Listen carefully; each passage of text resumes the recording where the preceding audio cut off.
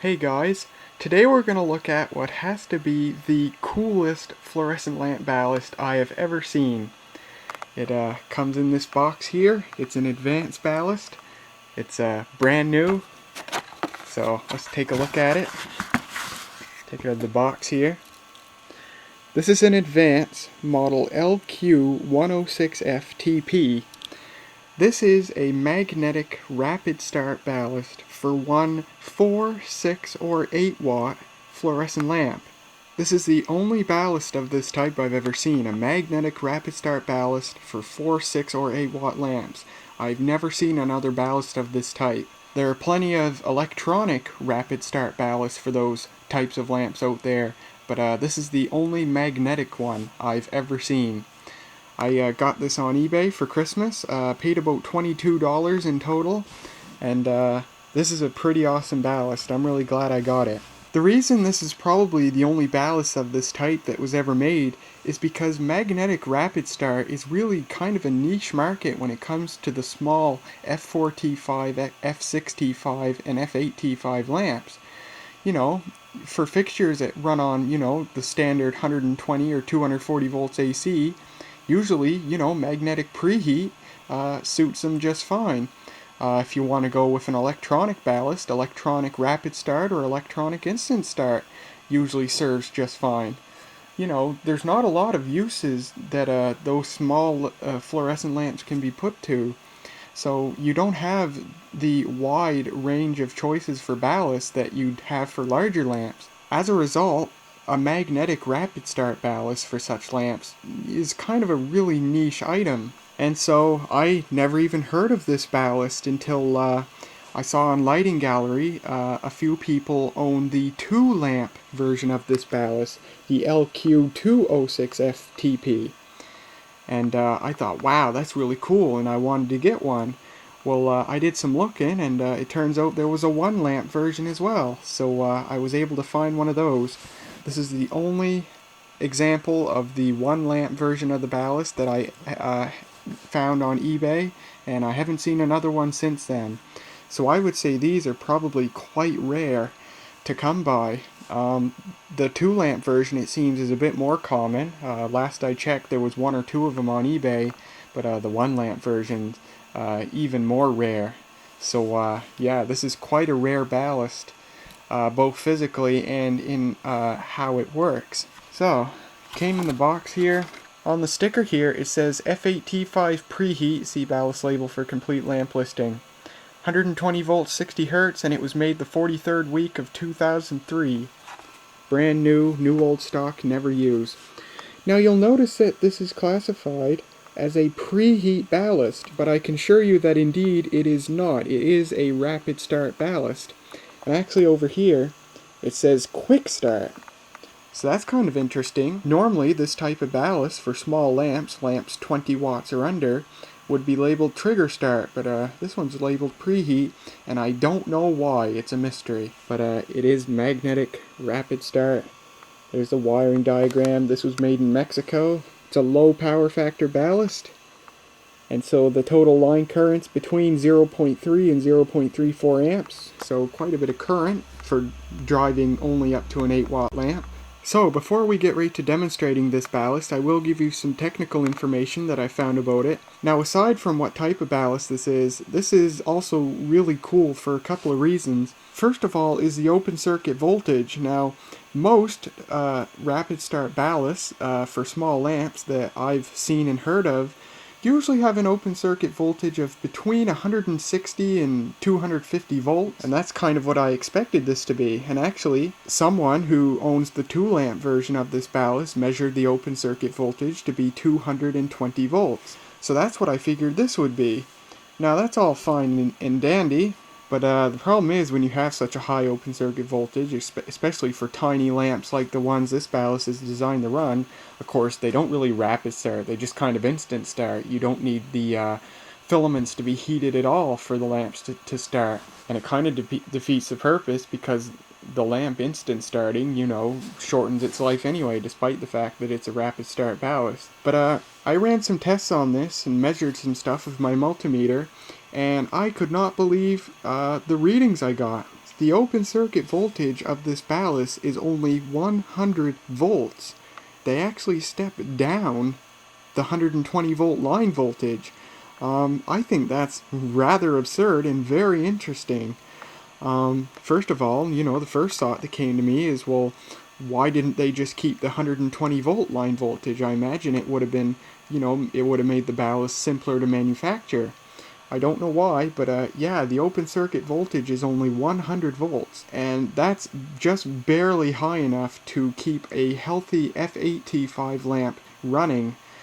So that's really quite cool. And because the open circuit voltage is so low, this ballast has something that you rarely see on rapid start ballast for small fluorescent lamps, and that is a very nice slow startup delay. When you apply power to the ballast, the lamp has a very slow gradual run up to full brightness, and that's really cool. And this ballast does that beautifully.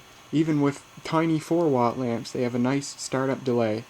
And that's really cool, not only because I find it pleasant to look at, but also because, as I mentioned a couple of moments ago, that startup delay allows the filaments of the bulb to actually get warm before the bulb strikes, therefore increasing the life of the bulb.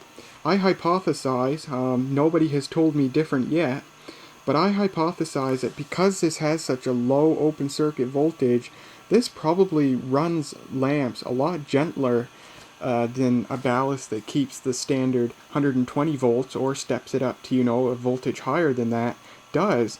So lamps running on this ballast can probably last a lot longer than if the ballast had, 160 volt or 200 volt open circuit voltage.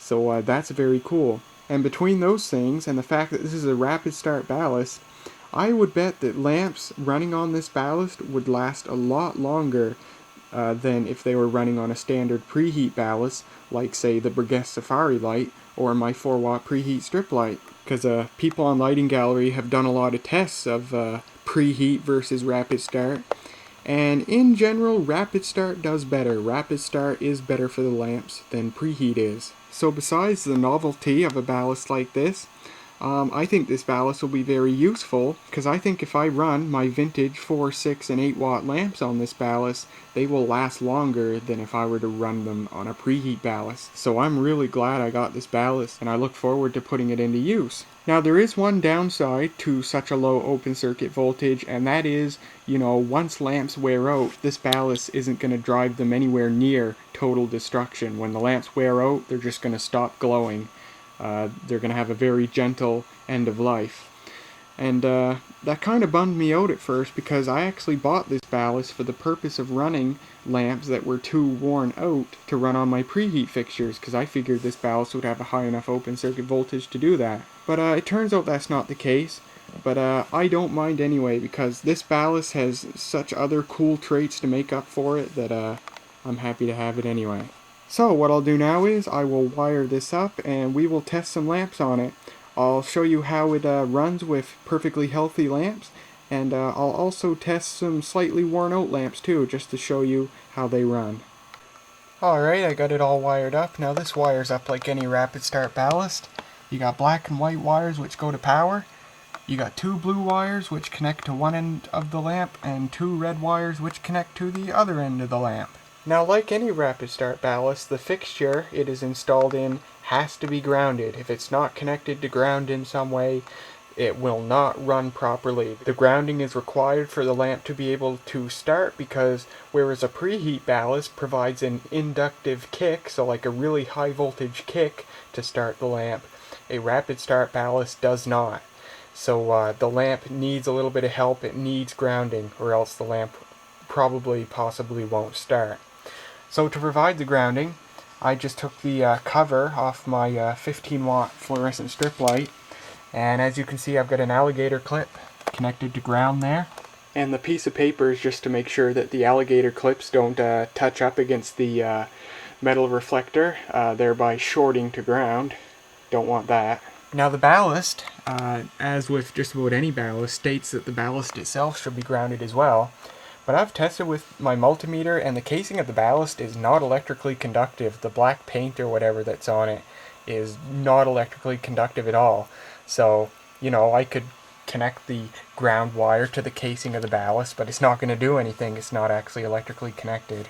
So I have the ballast itself unconnected, but the lamp will be next to this metal plate here, which is connected to ground, so everything will work properly. I've made sure that my alligator clips aren't going to touch each other or touch the ballast. So all we got to do now is hook up a lamp and test. Now, I have a smorgasbord of lamps to test here. Probably won't show all of them on video because likely some are going to run the same as others, but I've got all my 4, 6, and 8 watt lamps, and yes, we are going to test this F15T12 because what would a ballast test be if you didn't run it out of specification? So we're going to test this as well. So I'm going to put the camcorder on a tripod and we will test this ballast. Alright, for our first test we have a healthy F4T5. Now check that out, is that startup delay nice or what? I never would have expected a ballast for such small lamps to be able to provide a good startup delay like that. It's very pleasantly surprising. So I'll turn it off and on a couple of times. Just like a rapid start ballast for really big lamps. Very nice.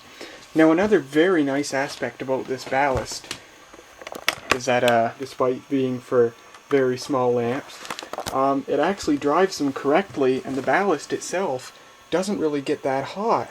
You may remember that the ballast for my 4 watt preheat strip light, it gets so incredibly hot that you can't touch the fixture after it's been running for a few minutes. It's just way too hot to touch.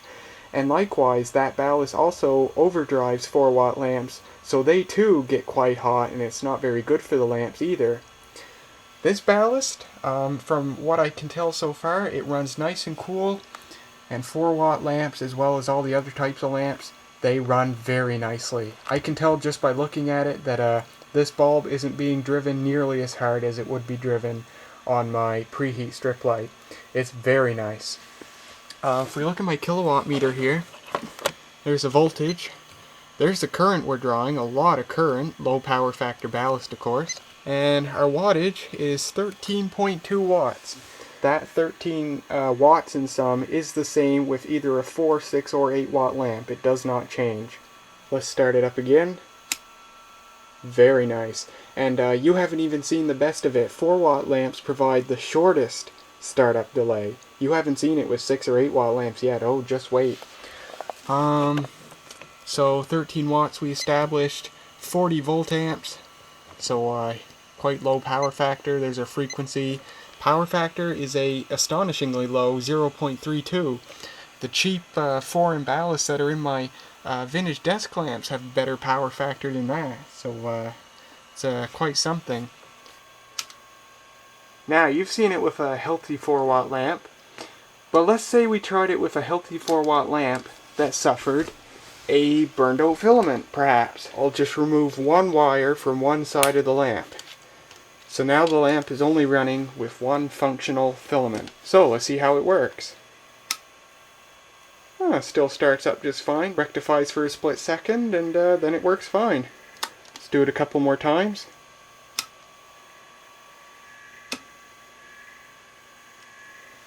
Now, what if said healthy lamp was missing both filaments? Not a very likely situation, but let's try it nonetheless.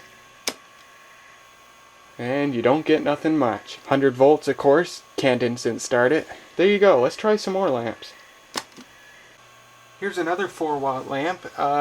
This is one of the really cheap Chinese ones I told you about on my video of the Fulham Workhorse 2 ballast that does not run correctly for some reason on my preheat strip light. It runs really erratically and doesn't like to strike and stuff. So let's see how it runs on this ballast. Oh, it runs just fine. Do it a couple more times. You get a nice bit of flicker there right before it starts. Kind of does a flicker show. Here's the other one of those foreign bulbs. Huh. This one doesn't want to even glow at all. Let me check and make sure I don't have something shorted. No, nothing shorted. Huh. Oh. Well, when I touched it, it tried. See, these bulbs run really erratic on a magnetic ballast. Electronic, they're just fine, but magnetic, they don't like it at all. There. I had to lay my hand on it for some reason. I guess not quite enough grounding for it to want to go. Let's try it again. See, it's giving an almost steady glow now, and the filaments are obviously hot, but it just doesn't want to go. Now I tested the filament continuity, and my multimeter said that both of them were intact, but maybe that's not true. Huh, that's weird. I shook it that time and it went. No, it's going now. Really strange. Yeah, I think there's a broken filament probably. When I shook it, it connected up. It's probably just barely intact. Yeah, it's working now. Very interesting. This ballast is... I love this ballast. I'm really glad I took the opportunity to grab it. It's a very rare and very interesting ballast. Alright, on to the next one. Alright, now we're going to try a lamp that actually does have a broken filament, and it is slightly worn out, so let's see how it does. I can't tell if it's rectifying or not. Seeing as it's not very bright, I think it probably is. Alright, now we're on to the 6-watt lamps, beginning with this Sylvania Cool White lamp from 2003, which I recently bought brand new in the package. Let's see how it does. Very nice. Let's see that again. Let's try it with just one filament connected. Rectifies for a second, but then it comes out of it. And we won't try it with no filaments connected, since we know it won't do anything at all. Alright, next, my generic 6-watt Cool White from the 1960s that came in my 6-watt desk lamp. See how this does. Quite a good delay there and a bit of flicker. Let's see that again. Pretty nice. And now one of my most treasured lamps, I never run it, my 6-watt General Electric Cool White from the late 1970s. Oh, that one gives a nice startup delay. You flip the switch and it takes a second before it even glows. Very nice. Let's see that again. Very nice. This one gives a really nice startup delay. See it one more time. Very nice. Alright, let's try this Chinese 6-watt black light. Oh, very nice. Alright, now on to 8-watt lamps, beginning with my GE F8T5WW, which has one broken filament and is quite worn out. Let's see what happens. I know what'll probably happen. Oh wow, more than what's happened before. Usually it won't glow at all. It's rectifying now. I doubt it'll get past that because this lamp won't run on preheat ballast, and actually you can probably see it dying out there.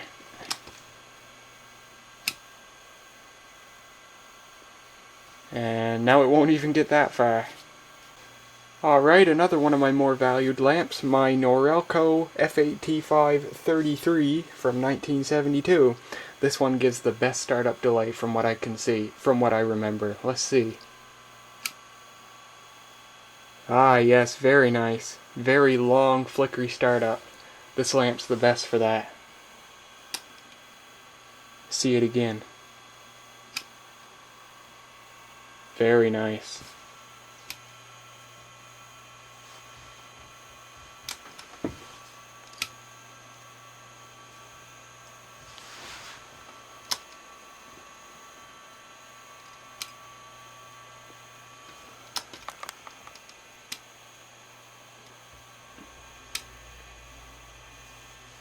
Very rarely have I ever even come across ballast for F40 T12 lamps that give startup delay this good. Never would I expected it out of something for small 4, 6, and 8 watt lamps. It's beautiful. I love it.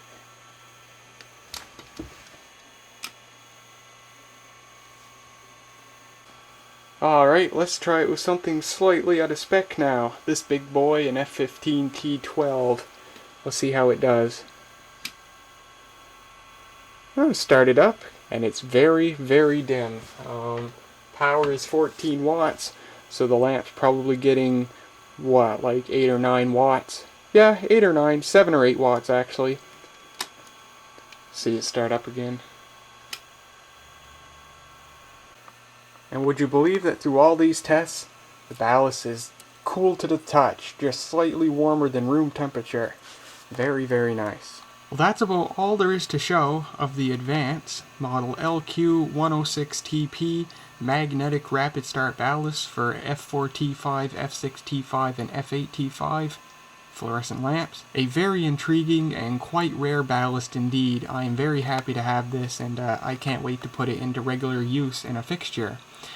Now, that brings up another topic, is having a fixture that I can use this in. Now, unlike most ballasts for small lamps, this is a full-size ballast. This ballast is just as big as a ballast for a much larger lamp. And as such, this ballast won't fit in, say, my 4-watt preheat strip light. It's way bigger than the strip light itself. So what I've done is I'm currently collaborating with a member on Lighting Gallery who happens to build custom fluorescent light fixtures.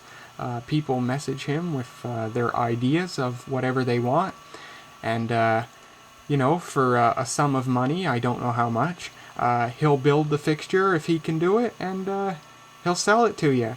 I think it's a pretty great service that he does for the members of Lighting Gallery, and he's built custom fixtures for many people. Some of them are just simple things like strip lights or shop lights, and some of them are really quite unique contraptions that are really great.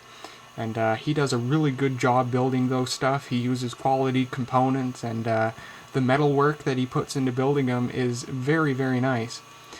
I'm currently working with him to see if he can build me a fixture in which I can use this ballast. What I've specified for him is just a simple strip light that has an adjustable lamp holder, so it'll fit any of the 3 sizes of lamps. So I'm really hoping he can do something like that for me. That would be totally cool, and we'll see if that happens. If he can do that and he gets that built and I get the fixture, I'll make another video just showing the fixture with this ballast, and just show that running and stuff, and that'll be pretty cool. So that's all there is to show here. I hope you guys enjoyed. Thanks for hanging out with me today, and I will see you guys next time.